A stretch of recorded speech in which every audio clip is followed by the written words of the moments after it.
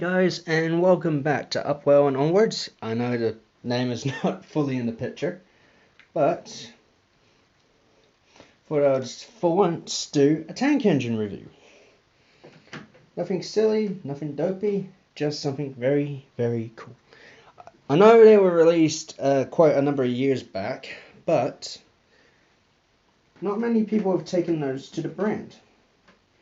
Even though the brand, though new, has done top quality work. And I do mean, of course, the DJ Models Adams O2 tanks. I got two of them, both in Isle of Wight condition. Number 16, Ventnor, and number 24, Cowborn.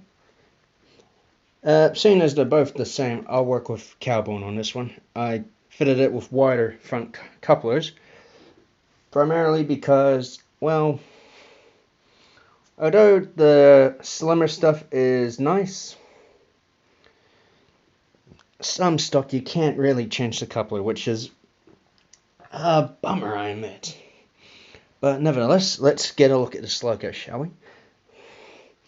You got separately fitted detail, a nice Westinghouse brake pump, beautiful handrail, piping, that whistle, a well-detailed cab, once you can get some lights in there. I know I had a small light lying around somewhere, and it's right in front of me. Whoops. There we go. See, try and get it in the camera. There we go. Very nice, well lit up. Sadly, non-sprung buffers, which is a bummer. Good brake detail. And the underside, you got all-wheel pickup, but these two are the front drivers. They power the rear. Nice NEM coupling at the front there. Only screwed in, but not bad. If you want to change couplings, though, on the rear bogie, you do have to take the bogie off. And as you do, there's a little spring under the screw there. I lost it on this loco, but on the other one, yeah, it's still there. Flip it the other side, you still got nice pipe working. Beautiful early British Railways crest. And one thing I really like, if you want to DCC this locomotive, DJ Models for the head, you just pull the smoke box door off and there's your decoder right in there. I like that. That is actually having it in hand, ready to... It's held on by two magnets, and once you try and put it back in, it's a bit flimsy to put back in, so man on tick. Okay, and welcome back. Found a little bit of an issue. I have had these locos for about a year now, so naturally some developments would have to arise. The smoke box from Cowborn, I had to switch with Ventnor, primarily because the little metal strip that the magnets link to came off the smoke box door. Bit of glue, should fix that, no problem. So, no worries there. Right then, back to the model. Sadly, my knowledge on the Adams O2 class is not very that. Well, it's rubbish, really. It's rubbish. If I'm honest, it's poor. I do know that they were the reason why Terriers were surpassed on the Isle of Wight. That they were the largest because of the clearances on the track of the Isle of Wight, or should I say the tunnels, especially the Ventnor route.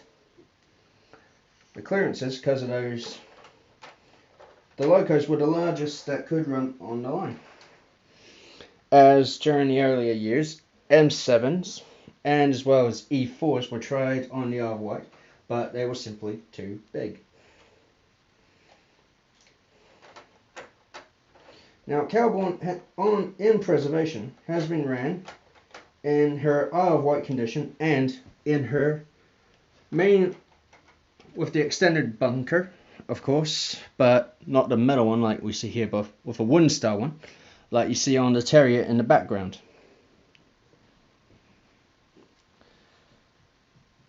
And in all fairness, though, either way, they look brilliant, because when DJ Models brought out this, they did 6 different models. Ventnor, Cowborn, an auto-fitted version, I think also in the Southern Railway livery as well.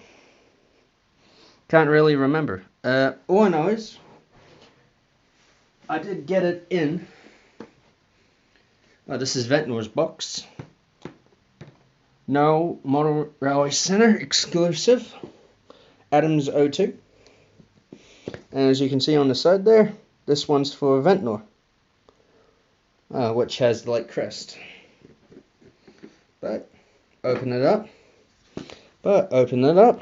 Remove the foam. I removed the paperwork beforehand, and whoops, it was upside down. You get all this head code gear. Word of advice: if you want to take these models to, say, a show, and you have to have them in the box, take the couplings off first, or cut slots in the foam for the couplers to fit. That's its little tray to sit in. And in the detail packs, if I can get the bags out, we'll get to those ones in a minute. Alright, here we have some nice looking fire irons, which actually does say on the piece, Loco Fire Irons. Once the camera focuses, which I doubt it's trying to do. No, bother. Camera won't focus on it. That's annoying. Alright, let's have a look in the bag here. Now, in the bag, you get piping, vacuum pipe, steam pipe, fake hook coupler chain that goes on the Loco, as well as very tiny etched nameplates. That's that little red strip there. Here's the etched nameplate for Ventnor. Oh, crikey, my bad. These are Calborn's parts. I must have accidentally swapped the box lids. My bad. As for the paperwork, I know I saw it on here a minute ago. Always when filming, hiccups arise. Well, thankfully I grabbed the other box as well, just in case I did blunder up. Get the box out of the way. Now, with every model you buy new, or second-hand, depending on a condition, you can or cannot get a parts list. And here is the O2's one. It does not hold back on either versions, as you can see. If you're wondering why the picture moved so from one position to another, it's because I had a bit of a noise issue. Sorry. That's the parts list, and here is what you mainly get in the box. This nice big bit of paper here. Here we go. Adams 02 instruction sheet, which shows the whole decoder thing, body removal, accessory pack, warranty encased in as well, and here's the Loco history and details.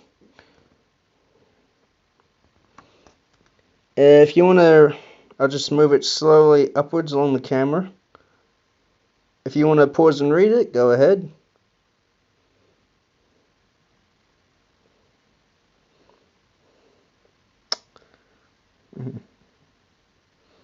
And actually on YouTube, you can actually see these Locos being built. Not the real ones, I mean, but the models. You can see the parts being made for it and such. It's all quite interesting, really, because you don't really get model firms that really do that. That really give you that sense of you're in the know. And I really do like that. I really do. Now, let's just see how she does, because I haven't cleaned the wheels for a while, so I won't be surprised if she's jumpy, but look at that. You can take your H classes, you can take your M7s and shunt them. I mean, you can hear a bit of motor noise, but apart from that, these are nicely done Locos. And I actually found out how fast one of these can go on a Loco club layout. And even at top speed, even a Terrier or even a Holmby Terrier can move faster. I mean, these are so finely geared, it's nuts. because that is currently half speed on my HM2000 controller. With always when filming, something goes wrong. In this case, a stray wheel. There we go. Now it's running nicely. The loco's running bunker first, and as you saw in the background, she is currently going full speed.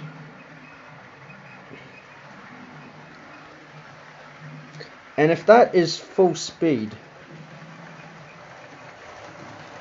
DJ models have really hit the nail on the head.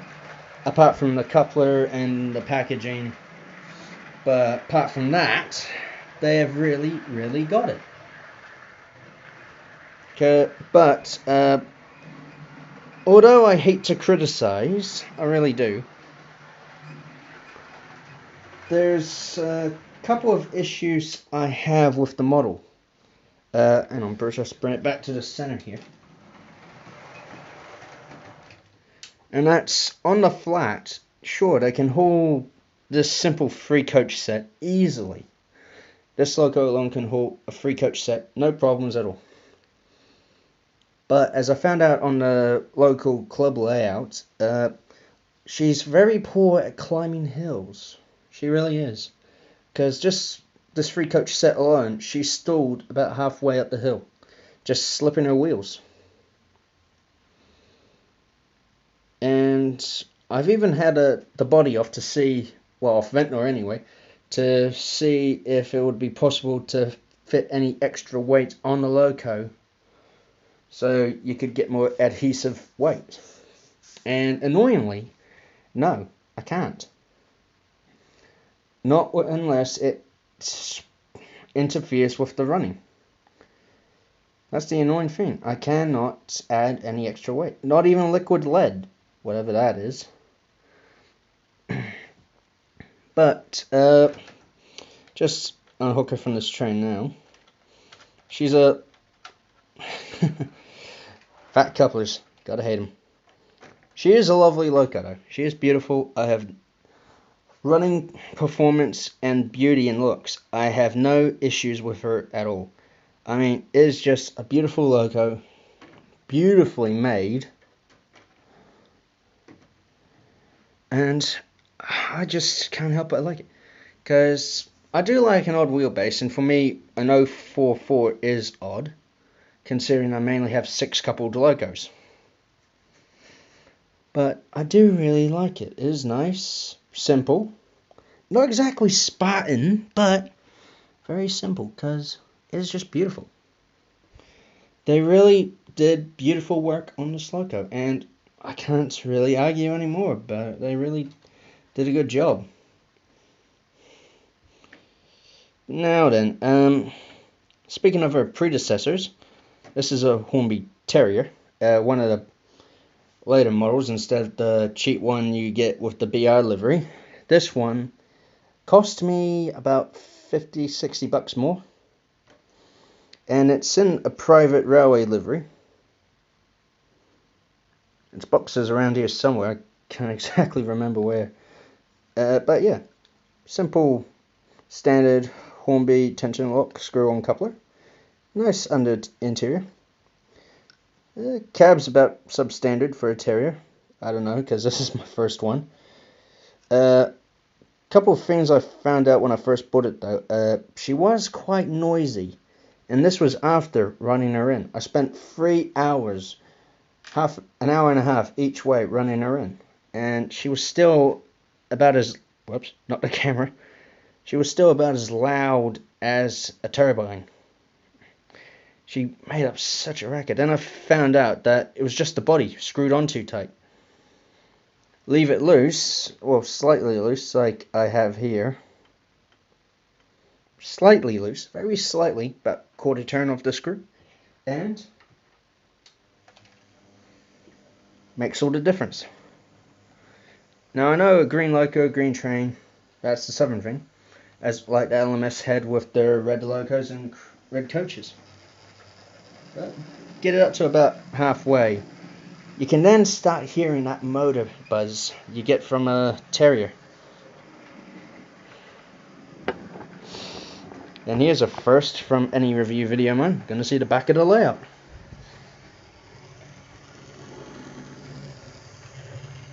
I mean, you can hear it, but you don't really bother, because although 9 of these locos have survived in preservation, that's almost a fifth of the class. No, wait, 10 locos. I was thinking manners for some reason. Whoops. They're actually very nice locos, and you can get them in different varieties, but, and there's always a but, no matter how good the model is in that, there's always a but.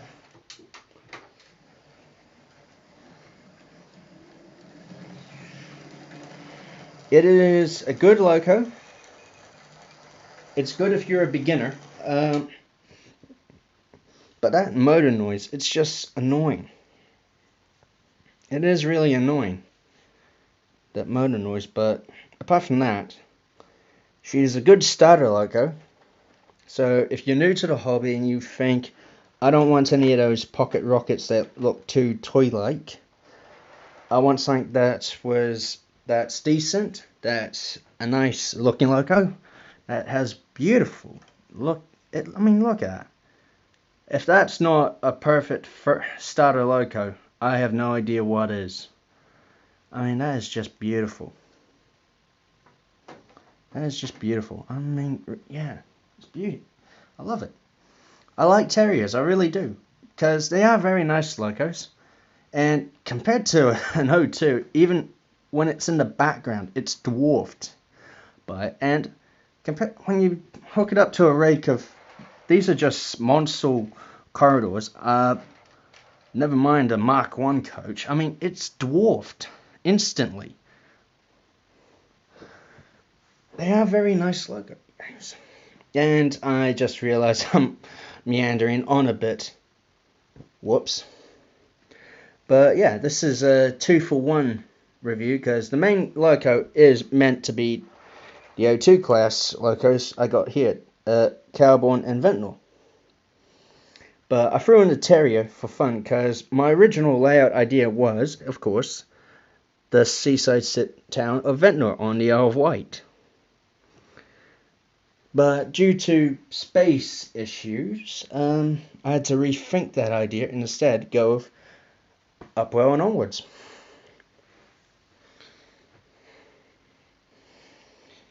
Purely because otherwise I would end up with something like maybe a 15-foot layout, and I only got about a 13-foot room, so oh boy.